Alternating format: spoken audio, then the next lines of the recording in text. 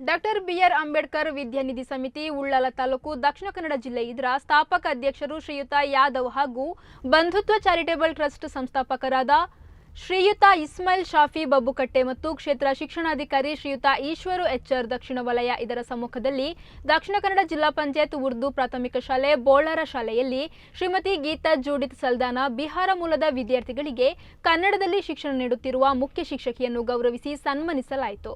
ಜೊತೆಗೆ ಸಹ ಶಿಕ್ಷಕಿ ಸುಧಾ ಮತ್ತು ಕುಂಬಾರ ಇವರನ್ನು ಸನ್ಮಾನಿಸಲಾಯಿತು. ಈ ದಿನ ಮಕ್ಕಳಿಗೆ ಮಿಮಿಕ್ರಿ ಮಾಡಿ ರೆಹಮಾನ್ ಕೋಣಜೆ ಅವರು ರಂಜಿಸಿದರು. ಕ್ಷೇತ್ರ ಶಿಕ್ಷಣಾಧಿಕಾರಿ ಕಚೇರಿಯ ಅಧೀಕ್ಷಕರು ಅಬ್ದುಲ್ ರೌಫ್ ಹಾಗೂ ಶ್ರೀಮತಿ ಉಮಾ ಡಿಕೆ ಅಂಬೇಡ್ಕರ್ ವಿದ್ಯಾನಿಧಿ ಸಮಿತಿ ಸದಸ್ಯರು ಈ ಸಂದರ್ಭ ಉಪಸ್ಥಿತರಿದ್ದರು.